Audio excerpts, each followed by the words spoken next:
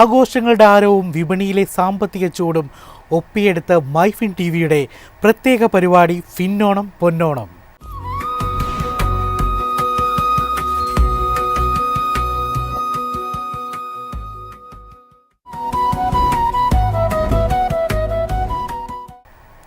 മലയാള മണ്ണിൻ്റെ തിരുവോണാഘോഷങ്ങൾക്ക് അത്തച്ചമയത്തോടെ തുടക്കം. അത്തം നഗറായ Tripunithura government boys school മൈതാനിയിൽ നടന്ന ചടങ്ങ് മുഖ്യമന്ത്രി വി.ഡി. സതീശൻ ഉദ്ഘാടനം ചെയ്തു. തൃപ്പൂണിത്തുറയെ പൈതൃക നഗരമാക്കാൻ സർക്കാർ തയ്യാറാണെന്നും അദ്ദേഹം വ്യക്തമാക്കി.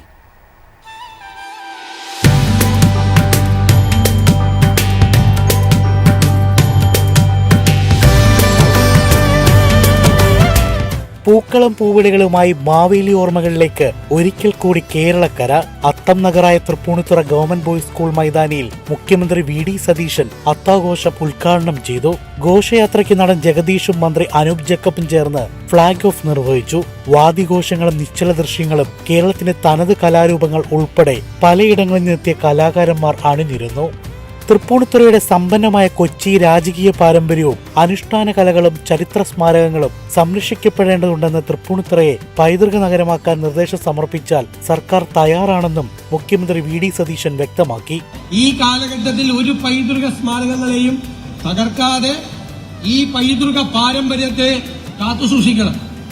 ഞാൻ ബഹുമാനപ്പെട്ട എംപിയോടും MLA-യോടും മുനിസിപ്പൽ ഭരണസമിതിയോടും എല്ലാവരോടും ആവശ്യപ്പെടുകയാണ്, ഒരു നല്ല പ്രപ്പോസൽ തയ്യാറാക്കിയാൽ തൃപ്പൂണിത്തുറയെ പൈതൃക നഗരമാക്കി ഇതിന്റെ മുഴുവൻ പാരമ്പര്യത്തെയും കാത്തുസൂക്ഷിക്കാൻ സർക്കാർ തയ്യാറാണ് എന്ന് ഈ അവസരത്തിൽ പറയാൻ ഞാൻ ആഗ്രഹിക്കുന്നു.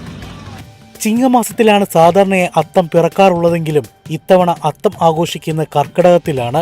ഇക്കൊല്ലം ഓഗസ്റ്റ് 26-നാണ് തിരുവോണം. ഇതിന് തൊട്ടുമുമ്പ് വരുന്ന അത്തം കർക്കിടകം 31-നാണ്. അതുകൊണ്ടാണ് തൃപ്പൂണിത്തുറ അത്തച്ചമയം ഉൾപ്പെടെയുള്ള ആഘോഷങ്ങൾ കർക്കിടകത്തിലായത്.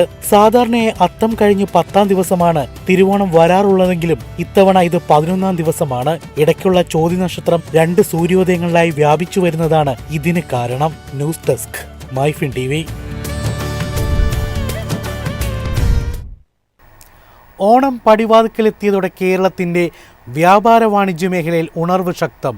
പൂക്കച്ചവടം മുതൽ ഷോപ്പിംഗ്, ഹോട്ടൽ ആൻഡ് ടൂറിസം മേഖല വരെ സജീവമായതോടെ ഓണക്കാല വിപണിയിൽ വൻ സാമ്പത്തിക ചലനത്തിനാണ് തുടക്കം.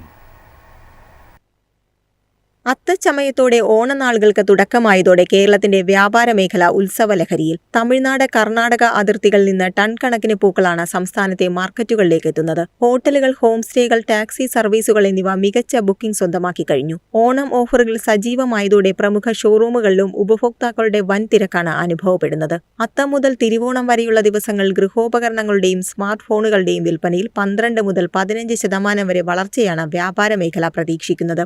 ആകർഷകമായ ഓഫറുകൾക്കും അനുകൂലമായ EMI സൗകര്യങ്ങൾക്കും പുറമെ ഉയർന്ന വാങ്ങൽ ശേഷിയും വിപണിക്ക് കരുത്തേകുന്നു.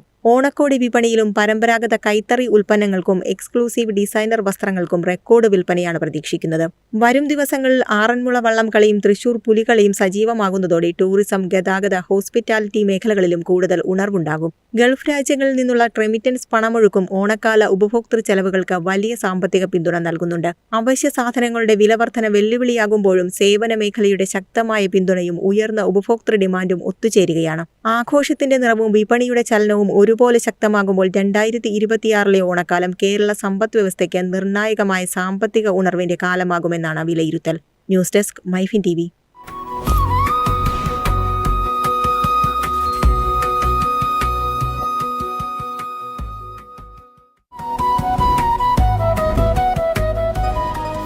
എളുപ്പത്തിൽ സമ്പാദ്യം വളർത്താം. ഇന്ന് തന്നെ മൈഫിൻ ടിവി ആപ്പ് ഡൗൺലോഡ് ചെയ്യൂ.